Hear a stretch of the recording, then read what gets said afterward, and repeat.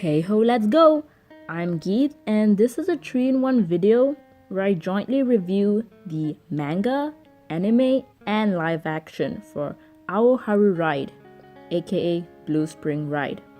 I really love the story, and I feel like if you're a shoujo maniac like myself, one, you've probably already devoured the series, or two, at least you've heard of it. But if you haven't, or just want to walk down memory lane with me, then sit back and relax. Disclaimer, I'm not professionally equipped to talk about drawing styles or directing or whatever, so this is mainly about my feels, like me fangirling, but in the disguise of a reviewer. HARU Ride is the very cute baby of the typical shoujo genre. Shoujo, where we usually follow the perspective of a maiden in love on her formidable and arduous journey towards reciprocated feelings. Yeah, that. Alright, so it has the typical shoujo tropes, which I love and hate and love to hate, but ultimately love, by the way. Like, maybe there's a love triangle. Or is it a quadruple or like a diamond? Or like the angst of will they, won't they, But I would still recommend this because it's still able to stand out through how genuine and real the story is, with its meaningful mini arcs and satisfying payoffs, albeit being a little predictable sometimes. So yeah, just the right amount of normal and unique, giving it this refreshing feel and vibe. Trying to minimize the spoilers here, the plot's essentially a girl has a crush on a boy when they were younger. And it seemed mutual, but he moves before anything more could come of it. So sad. So they grow up separately and stuff happens and they've both changed.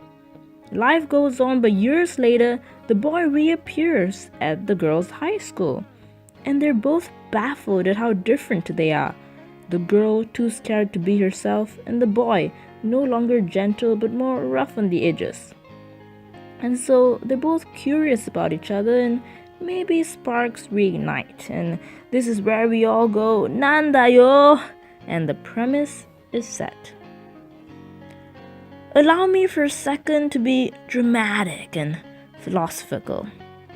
At its core, this story is about the trials and tribulations of growing up, as per its setting in high school, of experimenting and battling with the idea of self-discovery and fitting in, of first loves, of regrets in the sense of words unsaid and things undone. The journey of coping with pain and facing your past head-on. The consequences of a toxic mentality of unrealistic, burdening expectations to save others out of a sense of duty. On the other hand, the frustration of wanting to save someone that can be saved because you just bloody love them and saw the bright glimpses of recovery that made you unable to let go of the hope and faith for that kind of a future. The insecurity and relief that comes with being vulnerable, of just letting go and allowing yourself to be happy, the importance of being in the moment to pursue what you want and not hesitate on the question of whether you deserve it or not. You can call me naive, but I believe everyone gets a shot at happiness and they should take it because life is short and you never know what's going to happen next. But yeah, you will make mistakes and wrong decisions, but that's okay because you're not perfect, nobody is. So you better start getting good at forgiving yourself and others so you can start the process of acceptance or finding solutions. That's the sort of message I got from Aoi Sakisaka, the writer and illustrator of the HARU Ride manga. She did Straw Edge too, which is another great manga you should check out.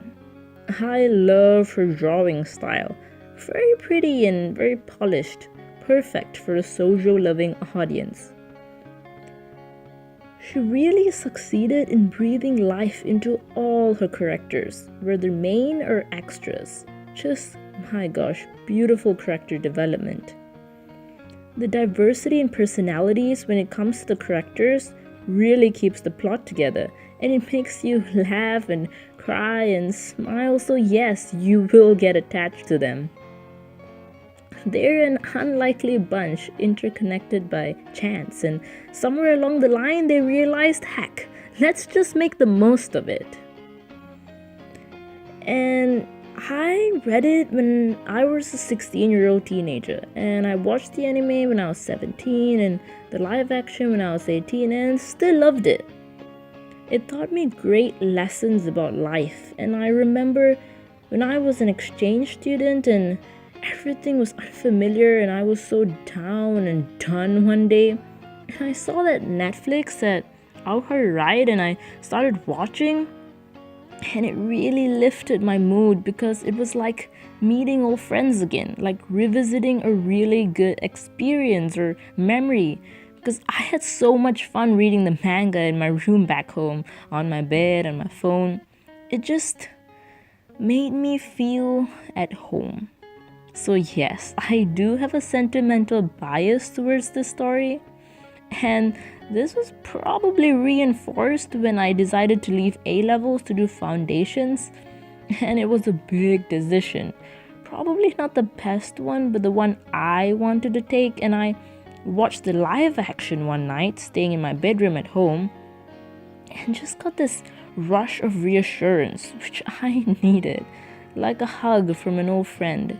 So I wouldn't advise you to binge all three, like manga, anime, and live action together, like in one shot, because I did it in intervals and I wouldn't have wanted it any other way. So start off with the manga and read it when you want to read it, like when you're in the mood for some shoujo. Like, don't force yourself, enjoy the experience. I think it has like 50 chapters, like 13 volumes. Sounds like a lot, but it's a breeze. Then wait a few months to the point where you can still remember the feelings you had reading the manga, but the specifics of what happened is a little blurry. Now then it's time to watch the anime. It's like 13 episodes, it's 30 minutes each, and the same goes for the live action. I just think this makes the process just a more awesome experience if you haven't started in any of those mediums. If you did it in any other way, comment below and share your feelings. So I recently rewatched the anime and live action for this video, and I realized that, of course, you can't expect the same depth in the manga for the anime and more so for the live action. So sometimes you might feel like the side characters especially are more two-dimensional. And it's okay because I'll chalk it up to the lack of time, and hey, that's another reason why you should check out the manga. But what matters is that the important feelings and messages came across in all three mediums. So it was good. In each episode of the anime, there were these cute moments due to this like sparks of jealousy that just made your heart skip a beat and your tummy flip, and those are indicators of a really good shoujo series. And I really appreciated that it had this innocent romance element in it, which is like that kind of atmosphere is really hard to create, the type that blows your mind even when they accidentally touch or hold hands. So kudos to Production IG for producing the show and Ai Yoshimura for directing it. Where it concerns the live action, the scenes and transitions flowed beautifully. The mini motifs of each scene were translated well to the audience. I didn't notice the time pass, I was totally immersed. So it didn't feel like too slow or too rushed at all. So good job to the writer Tomoko Yoshida and the director Takahiro Miki for setting the mood of warmth and growth like so well. And yeah, the actors were good too, and I see them a lot in other social live actions, so that's kind of funny. I'm not a professional, in cinematic arts or drawings or voice actors. But hey, I enjoyed our HARU ride in all three mediums like manga, anime, and live action, and I hope you do give it a try and you check it out and see whether you like it or not. Don't forget to like, share, and subscribe, and comment below so we can geek out about our HARU ride together. Like poor Kikuchi and how much I love him. Until next time, keep on keeping on.